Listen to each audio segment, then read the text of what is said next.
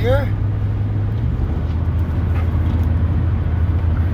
Later today, the sun will be hitting 25 degrees Leo. Already done.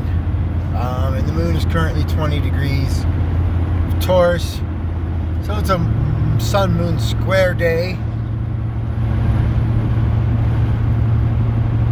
A royal heart.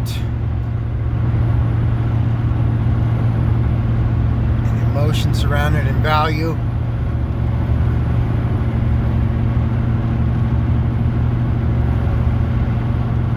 Nothing but the finest. We do have a beautiful trine between Venus and Jupiter that is now separating. I believe it was more exact this morning.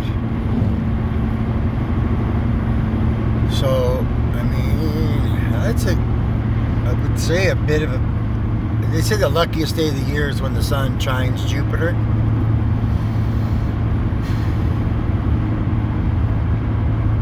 Or is it conjunct?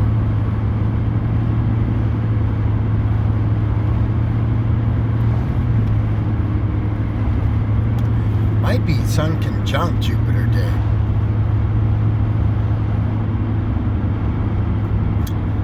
Either way, we have the planet of abundance meets or trines, gifts from the planet of money. So if you're in your creative love space and you're perhaps driving, expanding yourself, may it flow. I suppose this would be better for the fire signs. Pretty good for the air signs.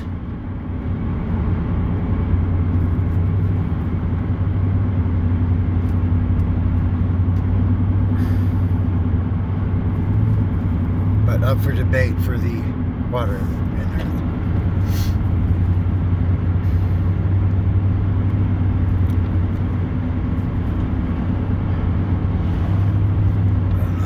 One thing I noticed yesterday with moon,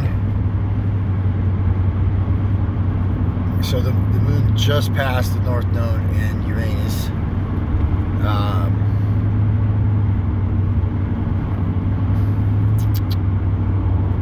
I had a couple of people scare me on my job site.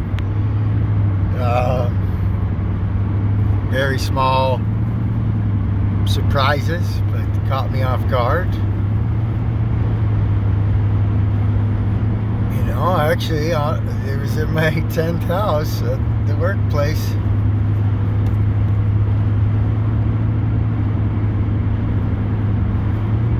Again, the reason for astrology is to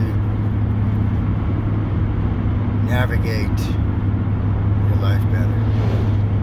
As I've once said, if you're not paying attention to the stars, you're sailing the seas of life with no compass.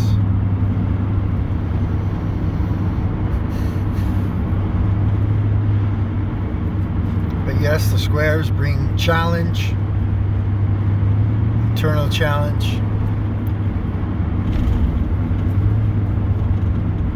It's good to have a mix, a little bit of everything. Too many trines makes you lazy. Trines and sextiles, and too many. If all you got is oppositions and squares, well, you probably want to give up.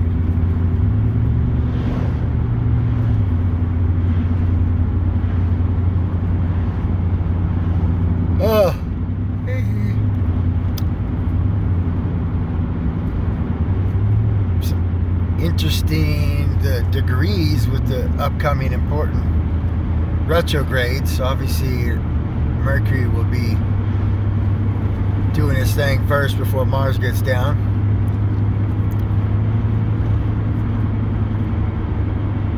So Mercury traveling through will start its shadow at 24 degrees Virgo. It's currently 21 degrees Virgo. Virgo ruling precision, information, service to others, details. cleaning, good organizing energy. So it's going to dip into Libra, go all the way to 8 degrees. So our mind will perhaps be on who we're supposed to be partnering up with, whether that be romance or business. And then we'll dip back into Virgo, thus, okay, this person needs to go, or these things need to go, or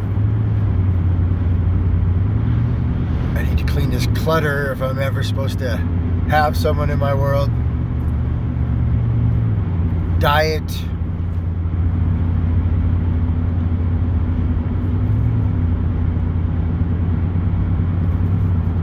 Everything's energy. We all have different battles to face to get to our end goal. But perhaps it was all written in the stars.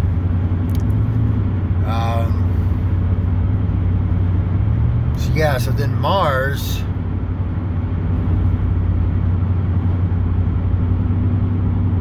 Mars's span is going to have those same off 1 degree, but 8 degrees to 25 degrees, but all staying in the same sign.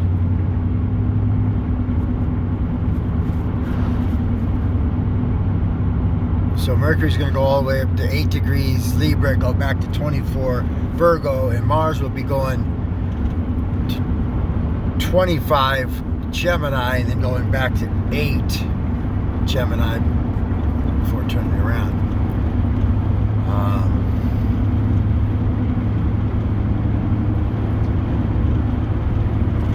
Though time does seem like it's going very fast, and maybe once Mars gets there, we'll feel that even increase more. Oh yeah, so I think it's around October.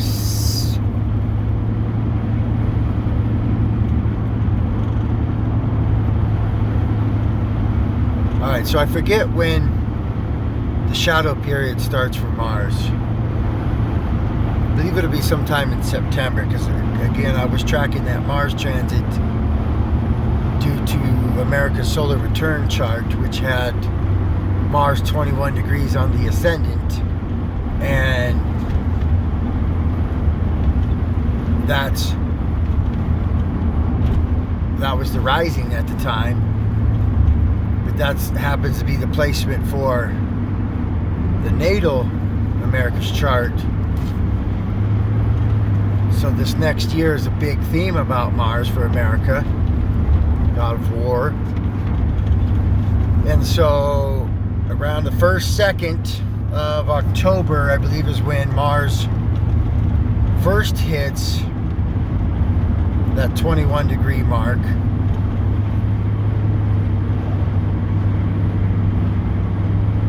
Wait, that can't be right.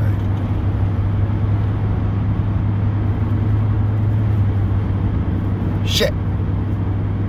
Forgot my details.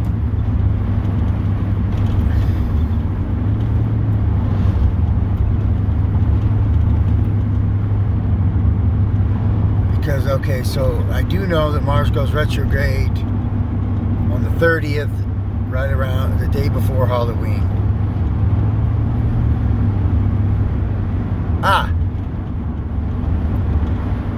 So I think it's actually the 10th of October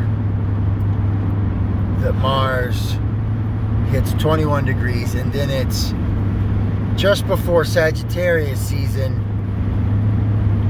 when the sun's like 28 degrees Scorpio, that Mars makes it back to 21 degrees Gemini, and then son of a bitch. And then sometime I think it'll probably be somewheres in March, maybe the beginning part of March, that Mars, damn it, is 21 degrees for the last time in Gemini for the next 2 years. crap. Alright, I'll have to find out the details. Damn it! Fucking memory.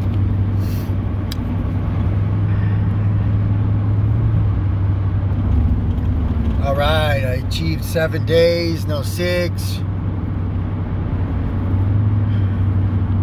I do have my handy dandy vape, but it is just CBD oil. No nicotine, no THC. So I'm getting in the bind, getting in a bunch. Rip the shit out of that. Of course, eating more than is healthy for me. But it's probably the body's way of releasing those endorphins. I'm going to try to do my best to get into the gym consistently. That shall help. I'm one that needs to, that's probably why I latched on to yoga, daily routines.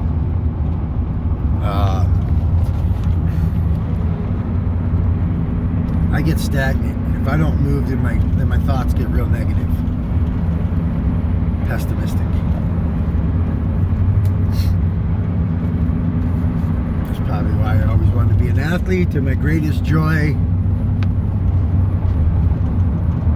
was working as an athlete, teaching skiing and snowboarding before my health started to drop out.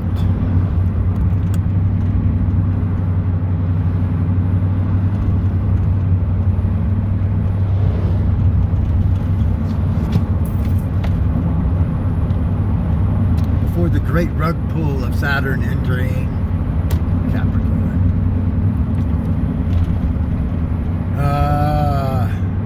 Yeah. Well, in recent times, my 30-minute to 4, I don't know how long I spend in yoga. It probably varies between 20 and 40 minutes. It probably varies between 30 and 40 minutes these days. I'm not really on time, but I do it outside in the sun, and it is a great tool to release the clutter. Just be. Simply just be.